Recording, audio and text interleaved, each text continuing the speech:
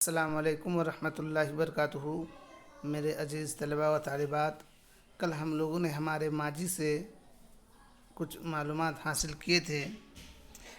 یہ جو آپ کے سامنے تصویر ہے، یہ تصویر دراصل میں جنگلی سور کی تصویر ہے اور پالتو سور کی تصویر ہے۔ ان دونوں تصویر کو دیکھیے اور لطف اندوز ہوئیے۔ تو کل ہم لوگوں نے بنیادی طور پہ جو پڑھا تھا وہ ہم لوگوں نے یہ پڑھا تھا کہ شکار یعنی غذا جمع کرنے سے پیدا کرنے تک، اس ٹاپک سے ہم لوگوں نے بات شروع کی تھی۔ تشار کا ریل کی سفر پڑھا اور ابتدائی انسان آخر وہ ادھر ادھر کیوں گھومتے تھے، اس کے 4 وجوہات ہم لوگوں نے پڑھا تھا۔ پہلا سبب، دوسرا سبب اور تیسرا سبب، اور ہم لوگوں نے آخر میں چوتھا سبب بھی پڑھا تھا۔ تو کل ملا کر 4 ہم لوگوں نے سبب کو پڑھا تھا، اور ہم لوگوں نے آگے یہ دیکھا تھا ہمیں ان لوگوں کے بارے میں معلومات کیسے حاصل ہوتی ہے۔ تو معلومات حاصل کرنے کے لیے ہم لوگ اس زمانے میں جو اوزار استعمال ہوتے ہیں، ان اوزار سے ہم لوگ معلومات حاصل کرتے ہیں۔ ان باتوں کو بھی ہم لوگوں نے غور سے دیکھا تھا۔ ان دونوں تصویر کو بھی ہم لوگوں نے دیکھا تھا۔ اس نقشہ کو دیکھنے کے ساتھ ساتھ ہم لوگوں نے اس کے بارے میں دیکھا تھا کہ پتھروں میں جو نقش و نگار اور رنگ پینٹ کی ہوتی ہے، یہ ہمیں کیا معلومات فراہم کرتی ہے۔ اس کے ساتھ ساتھ ہم لوگوں نے کھیتی اور مویشی پالن کی ابتدا کو بھی دیکھنے کی کوشش کی تھی۔ آئیے آج ہم لوگ زندگی کا نیا انداز، ہمارا عنوان ہے زندگی کا نیا انداز، اس سے آج ہم لوگ بات کو شروع کریں گے۔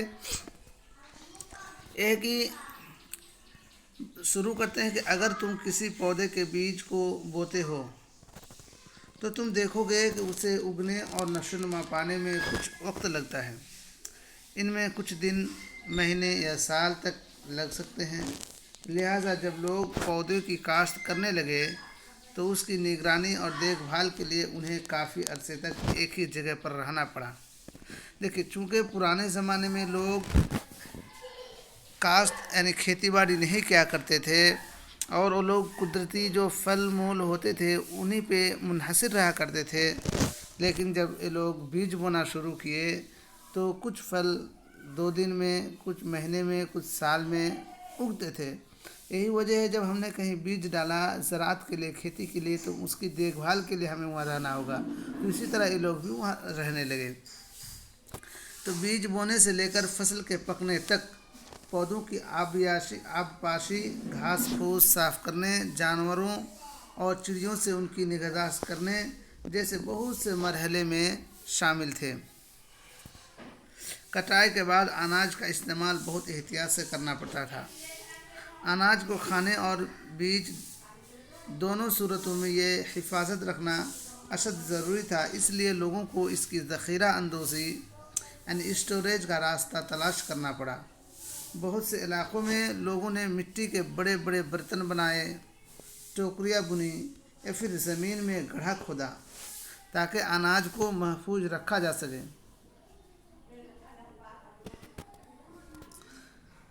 تو آگے آئیے ہم لوگ دیکھتے ہیں کہ جانور غذا کے ذخیرے، ہم لوگ غذا کے ذخیرے کیسے ہیں، اس چیز کو سمجھنے کی کوشش کریں گے۔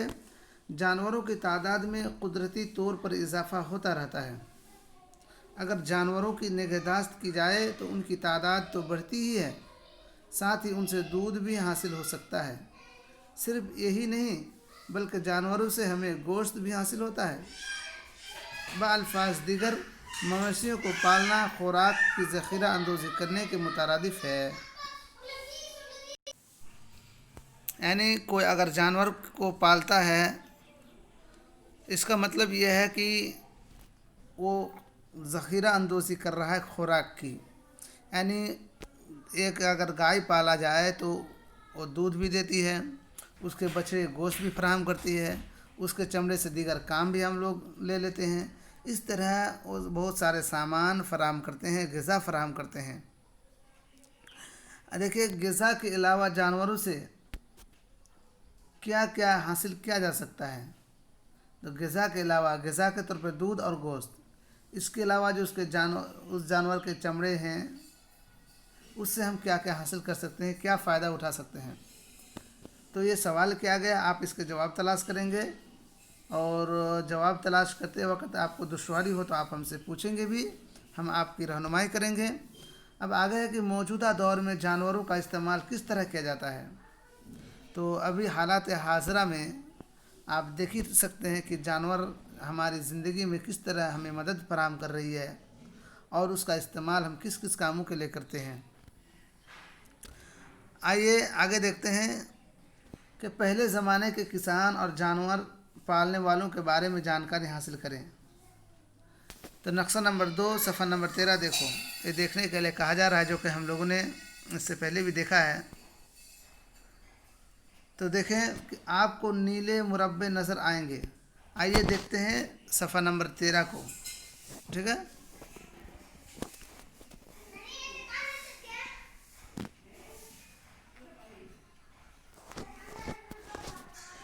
صفحہ نمبر 13 کو ہم لوگ دیکھیں گے.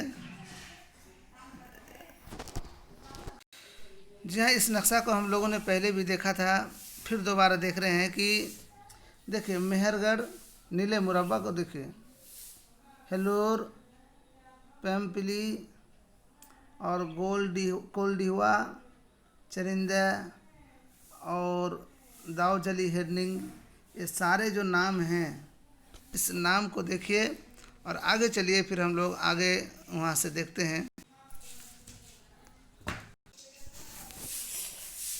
تو نقشہ میں ہم لوگوں نے دیکھا کہ نیلے مربع نظر آئیں گے. ان میں سے ہر ایک اس جگہ کو دکھاتا ہے جہاں ماہرین آثار قدیمہ کو ابتدائی دور میں کسانوں، جانور پالنے والوں کے موجود ہونے کے آثار ملے ہیں. یہ پورے بر صغیر میں پائے گئے ہیں. ان میں سب سے اہم شمال مغرب نارتھ ویسٹ، موجودہ کشمیر اور مشرق نے جنوبی ہندوستان میں پائے گئے ہیں.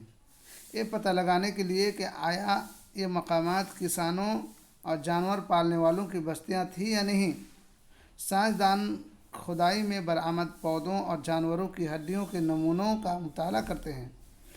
ان میں سب سے دلچسپ جلے ہوئے اناج کے دانوں کے واقعات ہیں.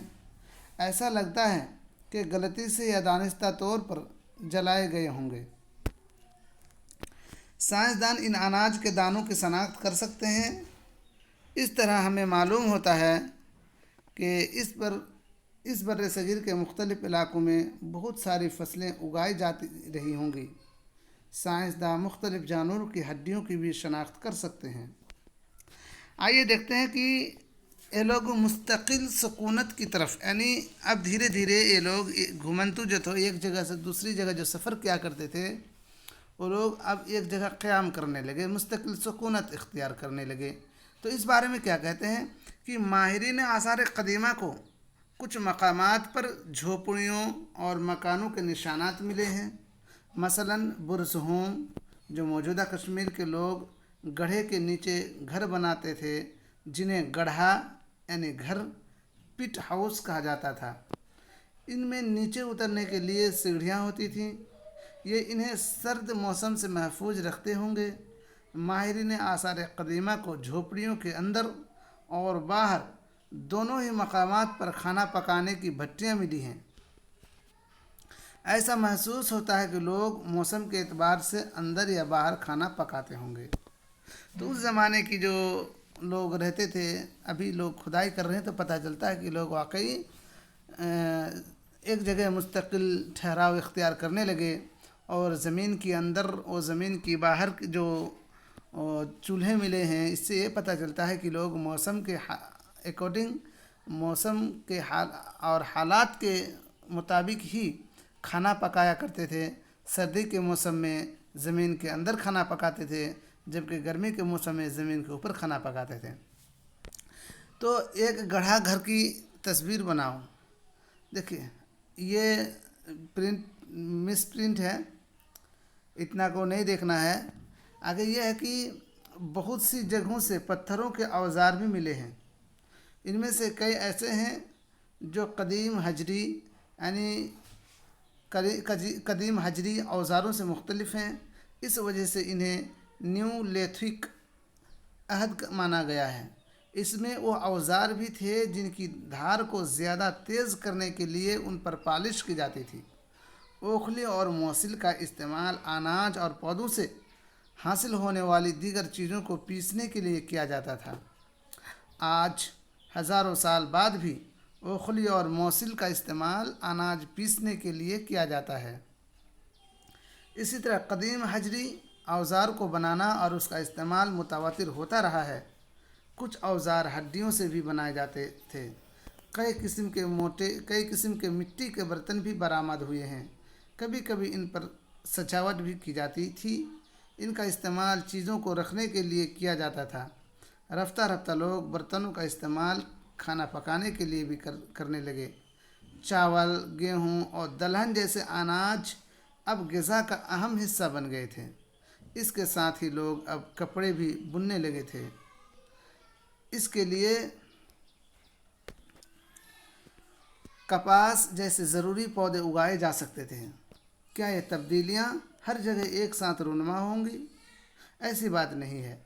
ایک طرف جہاں کئی مقامات پر مرد عورت نے شکار اور غذائی اشیاء جمع کرنے کا کام سنبھالے، وہیں دیگر افراد نے ہزاروں سال کے عرصے میں رفتہ رفتہ کھیتی اور جانوروں کو پالنے کا کام اپنا لیا۔ اس کے علاوہ کچھ معاملوں میں لوگوں نے مختلف موسموں میں مختلف کام انجام دے کر ان کاموں کو یکجا کرنے کی کوشش کی۔ ایک قریبی مشاہدہ دیکھتے ہیں کہ ایک مشاہدہ ہے، اسی نقشے کی بات ہے۔ تو اس نقشے میں مہر گڑھ کو بھی ہم لوگوں نے دیکھا تھا باضابطہ طور پہ۔ تو کہا جا رہا ہے یہ ایران جانے والے سب سے اہم راستے بولان درے کے پاس ایک زرخیز میدانی علاقہ ہے۔ کون سی درے؟ بولان درے کے پاس ایک زرخیز میدانی علاقہ ہے۔ یہاں کے مرد اور عورتوں نے اس علاقے میں سب سے پہلے جو، گیہوں اور اگانا شروع کیا، یعنی سب سے پہلے اس مہر گڑھ میں جو اور گیہوں اگانا شروع کیا اور بھیڑ اور بکری پالنا سیکھا۔ یہ ان قدیم ترین گاؤں میں سے ایک ہے جن کے بارے میں ہم جانتے ہیں۔ تو مہر گڑھ بہت ہی مشہور ہے، ٹھیک ہے، ایران جانے والے راستے میں پڑتے ہیں۔ یہاں مختلف قسم کے جانوروں کی ہڈیاں دستیاب ہوئی ہیں، یعنی جو جانور لوگ پالا کرتے تھے تو وہاں مختلف قسم کے جانوروں کی ہڈیاں موجود ماہرین آثار قدیمہ کو ملے ہیں۔ ان میں ہرن اور سور جیسے جنگلی جانوروں، بھیڑ بکریوں کی ہڈیاں بھی ملی ہیں۔ مہر گڑھ میں اس کے علاوہ مربع یا مستطیل نما گھروں کے باقیات بھی ملے ہیں، یعنی چوکور گھر بھی ملے ہیں۔ ہر گھر میں 4 یا اس سے زیادہ کمرے ہیں، جن میں سے کچھ غالباً ذخیرہ کرنے کے کام آتے ہوں گے۔ جب کسی کا انتقال ہو جاتا تو عزیز و اقارب اور دوست و احباب احترام جتاتے ہیں۔ لوگوں کا عقیدہ ہے کہ مرنے کے بعد بھی زندگی ہوتی ہے، لہٰذا قبروں میں مرنے والوں کے ساتھ کچھ سامان بھی رکھ جاتے تھے۔ مہر گڑھ میں ایسی متعدد قبریں دریافت ہوئی ہیں۔ ایک قبر میں ایک مردے کے ساتھ ایک بکری کو بھی دفنایا گیا تھا۔ ممکن ہے اسے دوسری دنیا میں مرنے والے کے کھانے کے واسطے رکھا گیا ہوگا۔ یعنی لوگوں کی جو عقیدہ تھے، اسی عقیدے کی بنیاد پر لوگوں کو جو دفنایا جاتا تھا تو اس کے ساتھ ساتھ ایک بکریوں کو بھی دفنایا جاتا تھا، تاکہ لوگوں کی جو آستھا تھی، عقیدہ تھی کہ مرنے کے بعد بھی لوگوں کو کھانے پینے کی ضرورت ہوتی ہے دوسری دنیا میں، تو اسی بکری سے وہ بھرپائی کر سکے۔ تو یہاں دیکھیے یہ کنکال ہے، یعنی مرے ہوئے لوگوں کی ہڈیاں نظر آ رہی ہیں۔ اس میں جانور بھی ہیں اور یہ انسان ہے، اس کے ساتھ ساتھ جانوروں کو بھی دفنایا گیا ہے۔ تو یہ کچھ بات تھی جو ہم لوگوں نے ابھی اس کو ڈسکس کیا۔ کہیں اور یعنی اس دور میں جب ہم اپنے ہندوستان کے بارے میں پڑھتے ہیں تو عالمی پیمانے پہ اس وقت کیا ہو رہا تھا، تو کہا جائے کہ فرانس میں غار میں کی گئی مصوری، تو اس دور میں فرانس میں غار میں مصوری کی گئی تھی۔ تو اپنے ایٹلس میں فرانس تلاش کرو، ایک کام دیا گیا ہے کہ فرانس کو تلاش کرنا ہے۔ ذیل کی تصویر فرانس کے ایک غار کی ہے۔ اس جائے آثار قدیمہ کی دریافت تقریباً 100 سال قبل 4 اسکولی طلباء نے کی تھی۔ بہترین بات ہے بھائی، 4 اسکولی طلباء نے اس غار کی تلاش کی ہے۔ اس قسم کی تصاویر تقریباً 20 لاکھ برس قبل سے لے کر 10,000 سال قبل کے درمیان بنائی گئی ہوں گی۔ ان میں جنگلی گھوڑے، گائے، بھینس، گینڈا، رین ڈیر، بارہ سنگا اور سوروں کی گہرے چمکتے رنگوں سے عکاسی کی گئی ہے۔ ان رنگوں کو عموماً لوہا، کچ دھات، چارکول اور اوہیر جیسی معدنیات سے تیار کیا جاتا تھا، اور یہ بھی ممکن ہے کہ ان تصاویر کو تہواروں کے موقع پر بنایا جاتا ہو یا پھر انہیں شکاریوں کے شکار کے لیے روانہ ہونے سے پہلے کچھ رسومات ادا کرنے کے لیے بنایا گیا ہو۔ یہ جو نقش و نگار کی تصویر تھی، اس کے بارے میں کہا جا رہا ہے کہ ہو سکے کوئی رسومات ہیں، یا ایسا بھی ہو سکتا ہے کہ جب وہ لوگ شکاری کرنے کے لیے نکلتے تھے تو یہ رسومات کر کے نکلتے تھے۔ تو ان ساری باتوں کو آپ اسے پڑھیں، اس کو سمجھیں، اور اگر آپ کو کہیں بھی کسی بھی طرح کی کوئی دقت ہوتی ہے تو آپ ہمیں واٹس ایپ سے رابطہ کریں، ہم سے سوال پوچھیں، یقیناً ہم کوشش کریں گے کہ آپ کی جواب جلد از جلد دیا جا سکے۔ تو ہم لوگوں نے انشاءاللہ اس چیپٹر کو کمپلیٹ کیا، اور کل سوال و جواب کے لیے نیکسٹ کلاس جو ہوگا ہم لوگ کا جمعہ کو، تو سوال جواب کریں گے، اور اس میں بہت ساری نئی معلومات ہم لوگ حاصل کر سکیں گے۔ اور پھر ہم لوگوں نے جو چیپٹر کو پڑھا، اس سبق کو پڑھا، اس سبق سے کیا کیا سوالات اٹھ رہے ہیں، اس سوال کے جواب کس انداز میں دینا ہے، ان ساری معلومات کو ہم لوگ اگلے کلاس میں پڑھیں گے۔ اور اگر اس سبق سے ریلیٹڈ، اس سبق سے متعلق کوئی بھی سوالات یا شک و شبہ آپ کے ذہن میں ہو تو آپ ہمیں پرسنل واٹس ایپ میں پوچھیے، ہم انشاءاللہ آپ کو جواب دینے کی کوشش کریں گے۔ یہیں سے اپنی آج کے کلاس کو ختم کرتے ہیں۔ السلام علیکم ورحمۃ اللہ وبرکاتہ۔